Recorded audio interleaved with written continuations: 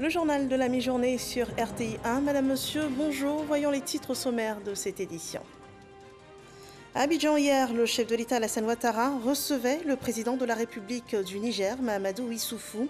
Les échanges ont porté sur la coopération entre les deux pays et principalement sur les questions régionales et internationales, avec notamment la lutte contre le terrorisme en Afrique de l'Ouest et dans le Sahel.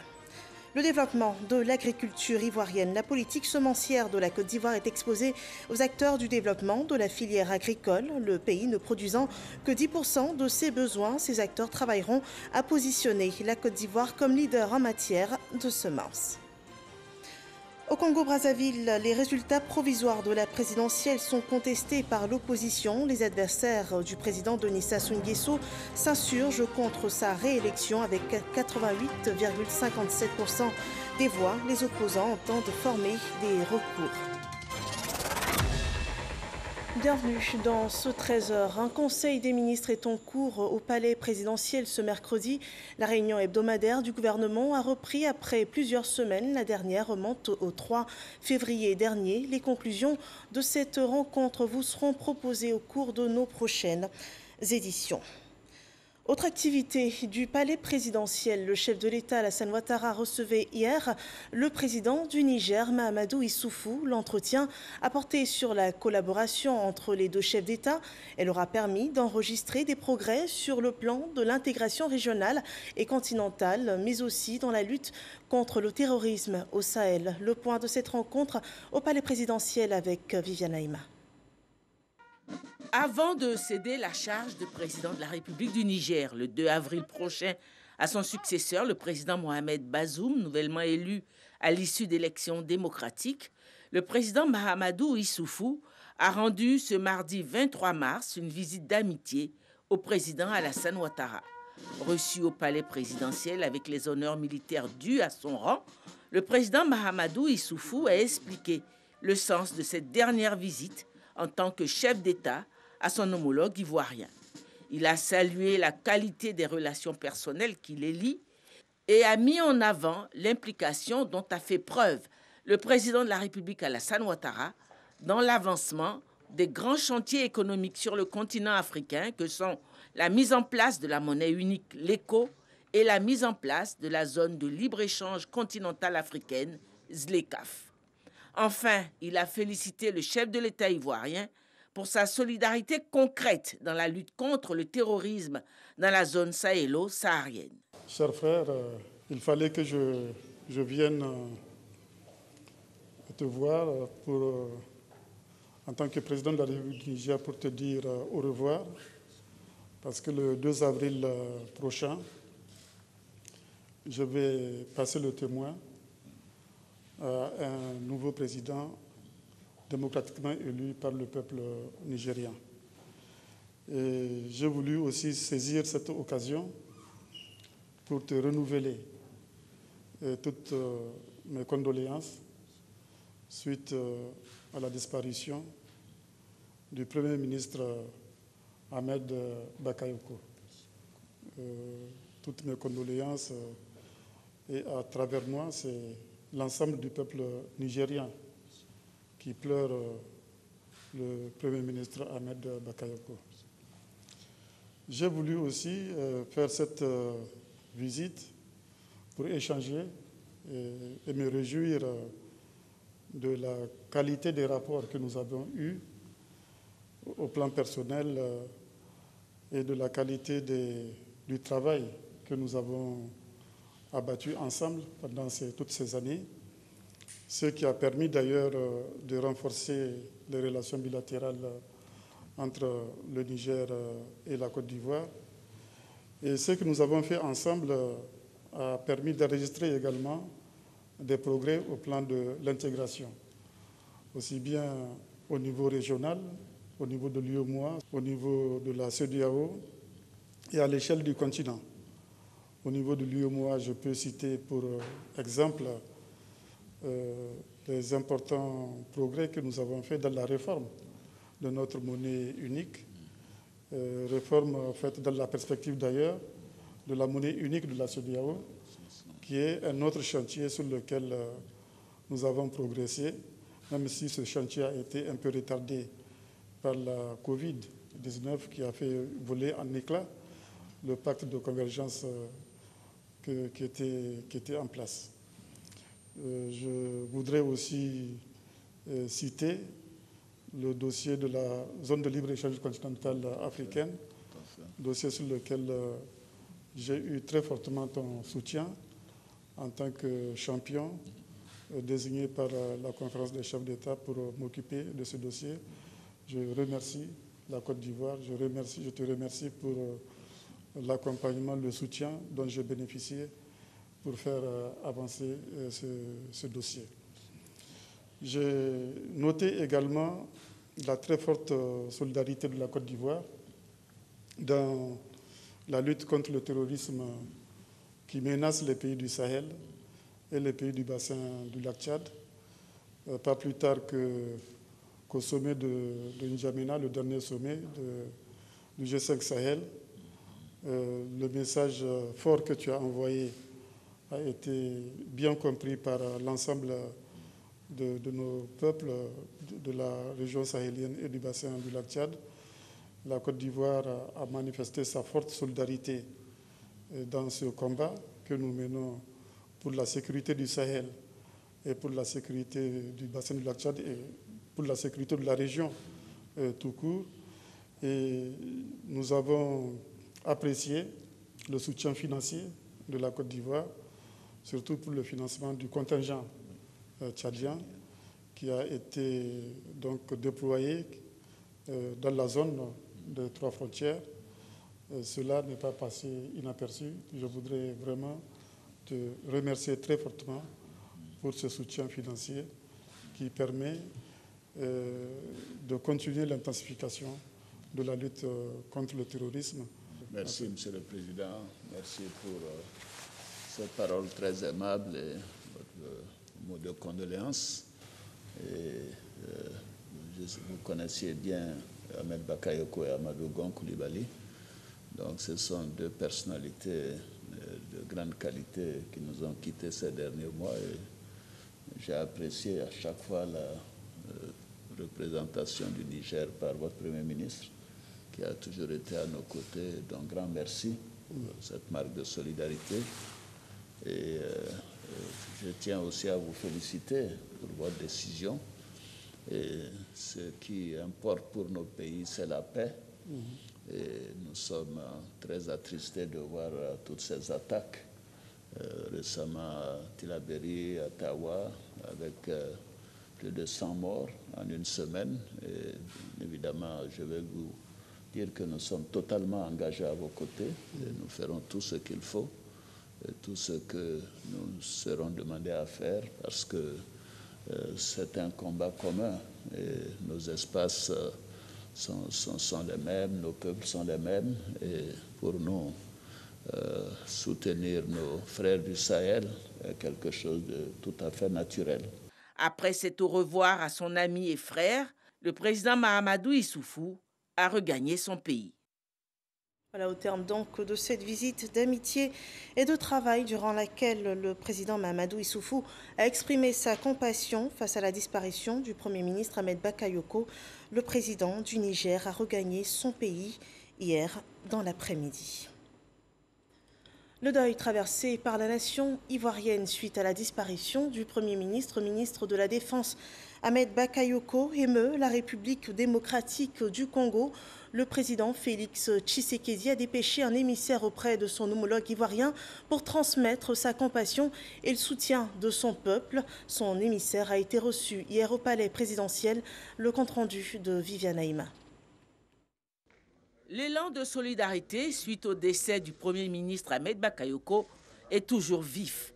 Le conseiller spécial du président de la République démocratique du Congo, François Beya, a été reçu ce mardi 23 mars au palais présidentiel par le chef de l'État, le président Alassane Ouattara. Il était porteur d'un message de condoléances du président Étienne Tshisekedi adressé à son homologue ivoirien. Et hors de la Côte d'Ivoire, les représentations diplomatiques ivoiriennes à l'étranger portent également le deuil. Les ambassades de Côte d'Ivoire en Inde et en Turquie ont rendu hommage au défunt Premier ministre pour immortaliser la mémoire de l'illustre disparu. Un livre de condoléances a été ouvert au sein de ces deux représentations. Jean-Marc Djadji. Ambassade de Côte d'Ivoire à New Delhi, cérémonie d'hommage en l'honneur de l'ex-premier ministre Ahmed Bakayoko. Prenant la parole à cette cérémonie qui a réuni tout le personnel de la chancellerie, l'ambassadeur Eric Kami Indri a salué les qualités professionnelles et humaines de l'illustre disparu. Des qualités qui faisaient de Ahmed Bakayoko une personnalité respectée à l'extérieur du pays. Même son de cloche en Turquie. Le drapeau ivoirien est en berne à l'ambassade de Côte d'Ivoire. À l'initiative de l'ambassadeur Kadijata Touré, un livre de condoléances est ouvert. Plusieurs personnalités sacrifient à la tradition. Des mots pour traduire la compassion du corps diplomatique accrédité en Turquie à l'endroit du peuple ivoirien et de son président qui perd son chef de gouvernement. Nous parlons du développement agricole à présent. Quel type de semences faut-il à l'agriculture ivoirienne? La réponse à cette question est définie par la politique nationale semencière. Une certitude, c'est que notre agriculture a besoin de semences de qualité qui garantira un excellent rendement. Et les principaux acteurs du développement agricole en Côte d'Ivoire ont été instruits sur le sujet et principalement les caractéristiques d'une semence de qualité. Un atelier sur la politique nationale semencière initié par le ministère de l'Agriculture et du développement rural. Le détail de Jean-Luc Bongo. En réunissant au cours de cet atelier les représentants de fêtières et principales structures de développement agricole, le ministère de l'Agriculture et son partenaire Africa Seeds veulent sensibiliser sur l'importance de la politique semencière et son rôle central dans le développement et la transformation de l'agriculture ivoirienne. Au moment où le monde entier cherche des solutions pour nourrir tous les habitants de la planète, la production de semences de qualité paraît être la voie la plus indiquée pour garantir la sécurité alimentaire, puisqu'il n'y a pas de sécurité alimentaire sans sécurité sémencière. La Côte d'Ivoire s'est dotée depuis 2014 d'une politique nationale sémencière. Son objectif, améliorer la qualité, la diversité et la sécurité de l'approvisionnement en semences des producteurs du pays. On ne peut pas parler de modernisation de l'agriculture sans avoir de la semence de qualité. De nos jours, la semence de qualité, c'est justement arriver à remplacer les semences traditionnelles que nos parents avaient l'habitude d'utiliser pour, comme on dit, l'agriculture d'autoconsommation et de subsistance. Maintenant, il s'agit de moderniser, donc il faut arriver à trouver des variétés pour les végétaux et des espèces pour les animaux qui puissent non seulement avoir la qualité d'être supérieurs. Les acteurs du secteur agricole ont ainsi été invités à réfléchir aux orientations stratégiques de la filière sémencière afin de positionner la Côte d'Ivoire comme leader en matière de semences, en définissant notamment les actions pour capitaliser les acquis et les consolider. Parlons de la filière du cajou. La campagne de commercialisation de la NACAD s'est ouverte en février dernier. Avec elle, le développement de la filière est pensé. Nous avions vu récemment les initiatives de transformation de la noix de cajou par les coopératives. Eh bien, elles auront impulsé l'essor de l'industrialisation de la filière. Une zone industrielle dédiée à la spéculation agricole verra le jour. Elle sera constituée d'unités de production situées à Bondoukou, Korogo, Boaké et Séguéla. L'opportunité de cette zone industrielle est présentée ici dans ce dossier EcoPlus de Noël Gagnon. Voilà l'image virtuelle de la zone agro-industrielle de Bondoukou dédiée à la NACAD. Son coût de réalisation, 9 milliards de francs CFA. Durée des travaux, 12 mois. Commençons par comprendre la portée d'une zone agro-industrielle. C'est un espace qui permet de réunir un certain nombre d'infrastructures pour faciliter la transformation de produits. Le plus souvent est rattaché à un ou plusieurs produits agricoles. Maintenant que nous sommes situés, quels sont les enjeux d'une zone dédiée? Et en tant que premier pays producteur, nous ne transformons que 20% de notre production. Et l'objectif, bien sûr, c'est d'accroître rapidement la transformation de la NACAD, parce que si nous exportons l'anacarde brute, il y a moins de valeur ajoutée et nous en tirons moins profit. Donc pour que les producteurs et l'État puissent tirer beaucoup plus de gains à l'activité de production et d'exportation de l'anacarde, il est bien de pouvoir transformer davantage sur place. Et cette transformation passe par, bien sûr, des infrastructures appropriées, dont la création d'une zone agro-industrielle dédiée à l'anacarde. On comprend donc la réaction des populations avant l'heure. Pour un devoir de reconnaissance au nom du roi des Brons et de toute la communauté du Gontougo, dire merci au chef de l'État pour ce qui vient de se passer. Nous sommes des gros producteurs et sans transformation, nos efforts sont vains. La construction de cette usine de transformation de l'anacarde va apporter une contribution importante à la question de l'emploi, surtout de l'emploi des jeunes. Sortons des émotions, source de cette mobilisation sans pareil, pour être les témoins privilégiés de ces gestes chargés de sens, et allons à la présentation du projet par le maître d'œuvre, le conseil coton anacarde. La zone agro-industrielle de Bontougou, ce n'est pas une usine, mais c'est au moins 4 usines de grande capacité, avec toutes les commodités, des entrepôts de stockage et une aire de séchage sur environ 1 hectare pour de meilleures conditions de stockage des produits de la région. Capacité de transformation minimale, 60 000 tonnes par an dans cette zone jadis grande productrice. D'environ 70 000 tonnes, on était tombé à 17 000 tonnes. Et la campagne de sensibilisation a fait que c'est remonté pour l'année 2020 à 44 000 tonnes. D'où l'interpellation du ministre de l'Agriculture et du Développement rural, fils de la région. Ils sont nombreux les investisseurs qui sont là. Et ils sont aussi nombreux ceux qui n'ont pas pu faire le déplacement. Mais quel investisseur viendrait s'installer sur cette zone, quelle que soit la beauté des aménagements qui y sont faits, s'il n'a pas l'assurance d'avoir la production de noix de cajou en quantité et en qualité? Il nous faut donc rassurer les investisseurs qu'en s'installant sur cette zone industrielle, ils s'offrent la possibilité d'avoir la meilleure qualité de cajou ivoirien en grande quantité. Premier bénéficiaire du projet, les femmes, 60% des emplois générés. Pour les emplois de cette industrie naissante, le Conseil du coton anacarde a pris des dispositions en amont. Cet institut-là a pour rôle de mettre à la disposition de toutes ces unités-là du personnel qualifié, des jeunes diplômés et même non, pour maîtriser au mieux le métier de la transformation. Deuxièmement, pour leur installation, au niveau de l'ingénierie industrielle, cet institut a pour vocation également pour les accompagner dans le dimensionnement, dans l'organisation, dans la maîtrise de tous les métiers de la transformation, de ces unités de transformation.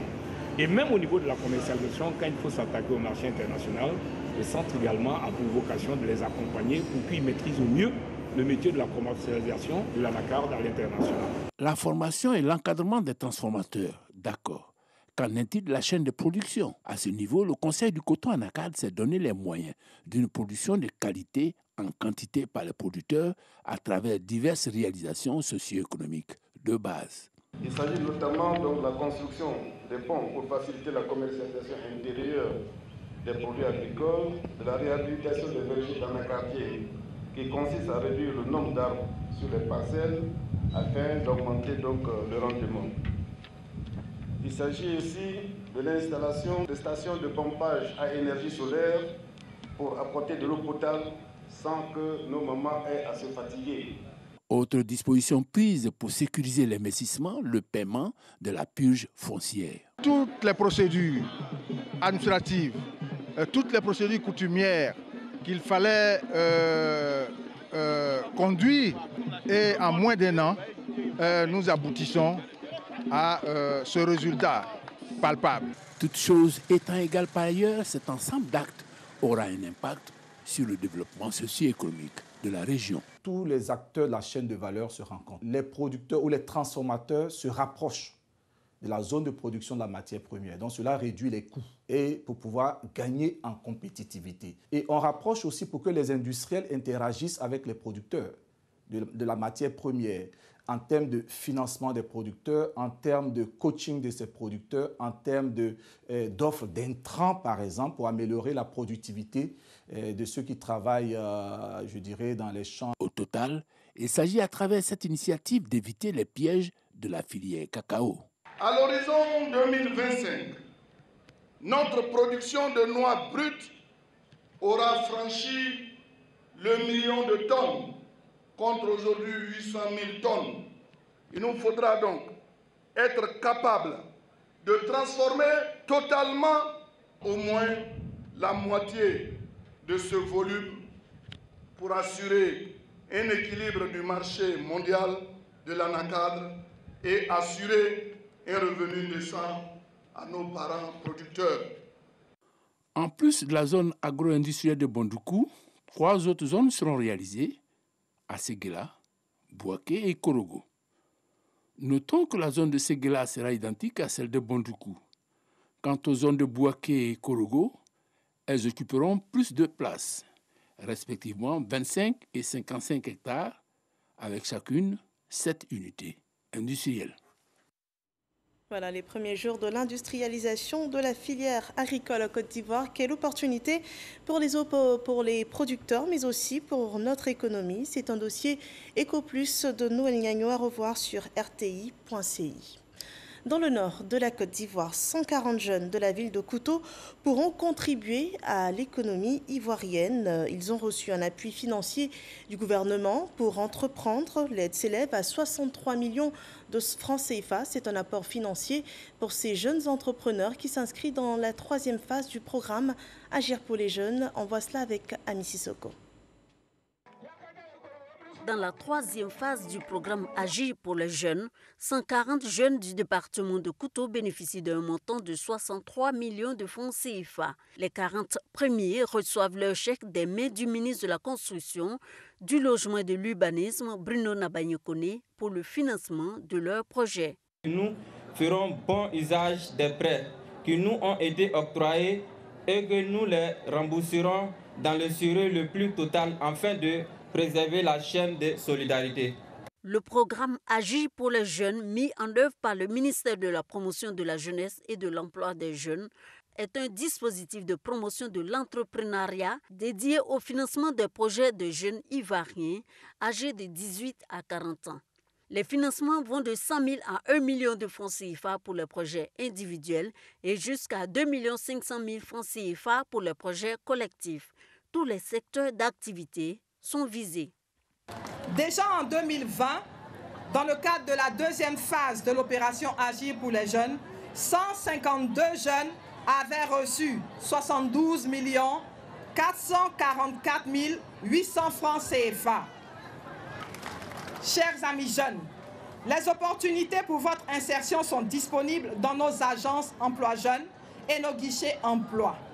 Il suffit de vous y rendre pour bénéficier du dispositif qui est adapté à votre situation. Ce geste noble va sans doute impacter, voire changer positivement la vie de ces jeunes bénéficiaires ainsi que celle de leurs familles respectives. Et cette action est une pierre de plus apportée au champ des nombreuses actions sociales du gouvernement à l'endroit des populations ivoiriennes. Au total, pour le département de Kouto, ce sont 1696 bénéficiaires pour un montant de 1 662 millions de francs CFA qui sont investis dans les projets Agir pour les jeunes. Voilà des actions qui impulsent le développement de nos régions. L'action gouvernementale s'étend aussi à l'amélioration du système éducatif. L'exemple, dans le département d'Agny-Bilécrou, où a été construit un collège de proximité. L'infrastructure est bâtie dans le village d'Amoriacro. L'investissement est estimé à 160 millions de francs CFA. Le reportage de Herman Yamia. C'est un établissement prêt à accueillir dès la rentrée scolaire prochaine ses premiers élèves qui vient d'être livré aux populations d'Amoriacro, village de la sous-préfecture de Doufrebo dans le département d'Agny-Bilécrou. La construction de cet établissement, qui s'inscrit dans le projet à impact rapide des régions, est l'œuvre du conseil régional de l'Indéné-Guablé. Chers parents de Amoriacro, nous sommes là pour vous remettre les clés de votre collège. Il y a à peine 3 mois, nous étions passés ici pour poser la première pierre. Il y a des gens qui disaient « Oh, ce sont les hommes politiques. Ils sont venus vous mentir. Ce collège ne se fera pas. Voilà le collège flambant neuf que le président de la République vient d'offrir encore à Amoriakro et aux villages environnants. Construit sur une superficie de 4 hectares, le collège de proximité d'Amoriakro a coûté environ 169 millions de francs CFA. Il comprend un bâtiment administratif, 2 bâtiments pour les salles de classe, un bâtiment des salles spécialisées, une cantine, un bloc de latrines et une aire de jeu. En ces circonstances pareilles où les mots sortent difficilement, tant l'émotion est grande, je voulais modestement, au nom de la chefferie, adresser mes sincères remerciements à tous ceux qui ont contribué à la réalisation de ce vieux rêve, qu'est la construction d'un établissement secondaire dans notre village. Les populations ont imploré Dieu pour que les futurs pensionnaires aient l'esprit ouvert afin que de cet établissement sortent des futurs hauts cadres du pays. Nous rappelons également que le gouvernement planifie la construction de 60 nouveaux collèges de proximité dans les régions qui profiteraient à plus de 42 000 élèves des zones rurales. Voyons à présent le point de la pandémie de coronavirus en Côte d'Ivoire.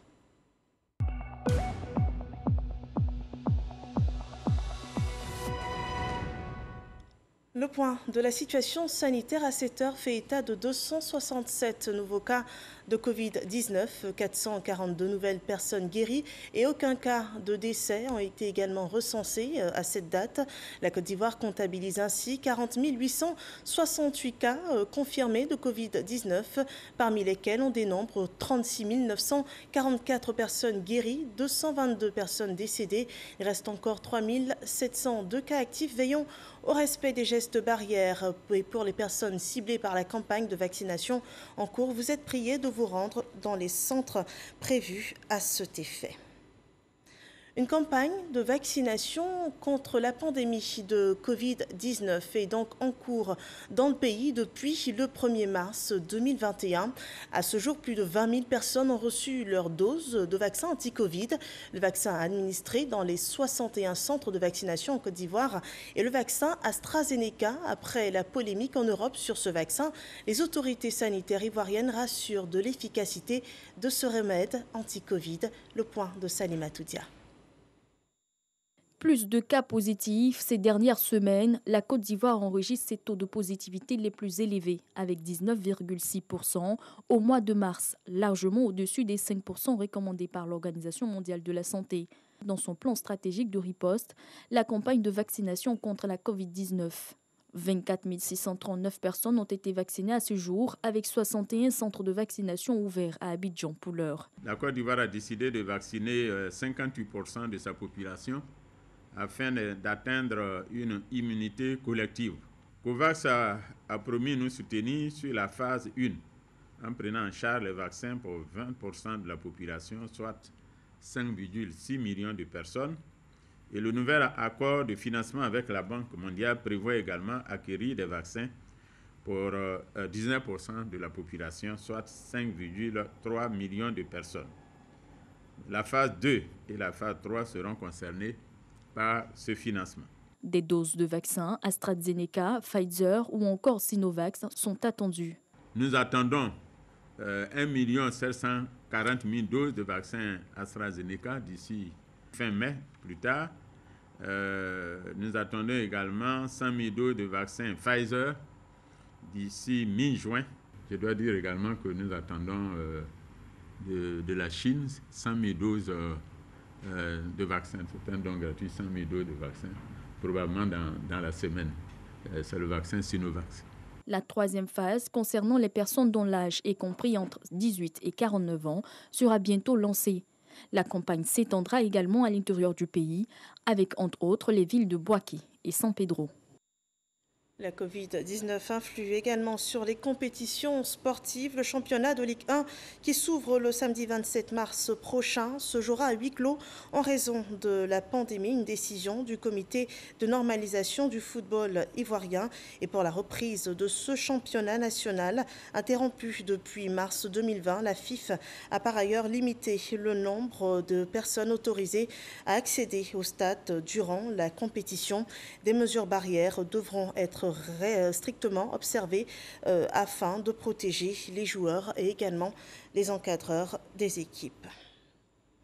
Nous parlons à présent du climat. On observe depuis la nuit dernière à Abidjan des variations de température après les averses. Le temps est un peu plus doux en cette fin de matinée alors que ce mois est annoncé chaud par la Sodexam. De quoi s'interroger sur la variation du temps et ça tombe bien. Hier était célébrée la journée météorologique mondiale. Cette journée a mis à l'honneur cette année l'océan, le temps et le climat. En Côte d'Ivoire, un accent particulier est mis sur la protection des océans. Les explications de Constant Kokora et Serge Coléa.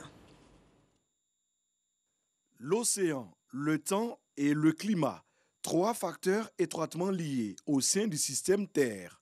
3 données à prendre en compte par les experts selon la vision de l'Organisation mondiale de la météorologie. L'océan, notre climat et notre temps, c'est le thème de la journée météorologique mondiale 2021. L'Organisation météorologique mondiale veut attirer notre attention du rôle déterminant que joue l'océan dans la régulation de l'atmosphère. De faire en sorte que notre océan ne soit pas trop chaud. Parce que l'océan trop chaud, trop d'humidité dans l'atmosphère, trop de nuages, trop de pluie, les catastrophes. Vous savez, le problème des régions côtières que nous avons en Côte d'Ivoire, c'est dû aussi à la montée du niveau de la mer. La Sodexam, l'autorité nationale de la météo en Côte d'Ivoire, œuvre dans ce contexte pour une meilleure connaissance du climat. Faire en sorte que les structures de l'État s'approprient les questions de préservation des océans. L'important de cette journée est de pouvoir sensibiliser les populations, sensibiliser les communautés, sensibiliser les décideurs sur l'importance de la météorologie dans les activités socio-économiques. Toutes les activités socio-économiques sont impactées par les variations climatiques. Donc la météorologie vient en amont apporter des solutions d'adaptation à ces variations climatiques en vue de permettre une meilleure prise en compte de l'effet du climat sur chaque activité socio-économique. Pour les responsables de la Sodexam, la journée météorologique mondiale 2021 est une exhortation aux populations. Celles-ci doivent adopter les bons comportements en vue de la protection et de la restauration de nos océans. Hors de nos frontières, au Congo, Brazzaville, Denis Sassou Nguesso est réélu avec 88,57% des voix pour un nouveau mandat de 5 ans.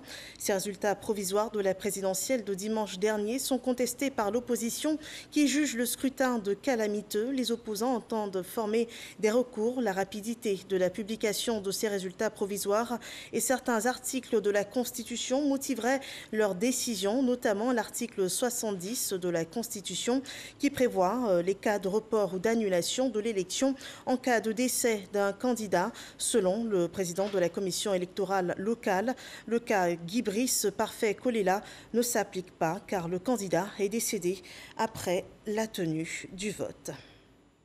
Voilà pour l'essentiel de l'actualité à la mi-journée. Merci de nous avoir suivis. À 15h, suivez l'information de nos régions. D'ici là, portez-vous bien.